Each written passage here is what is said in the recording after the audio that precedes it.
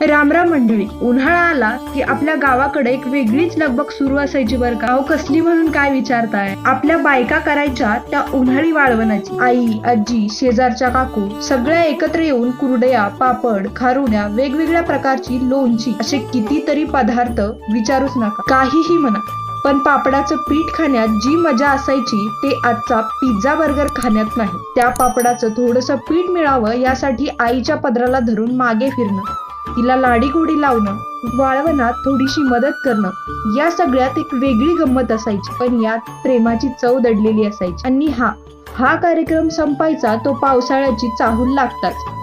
एकदा का पावसाळा सुरू झाला की हाच वाळवणाचा खजिना जेवणाची लज्जत वाढवायचा. या प्रत्येक घासात भरलेली असायची कष्टाची, प्रेमाची आणि आपल्या मातीची चव.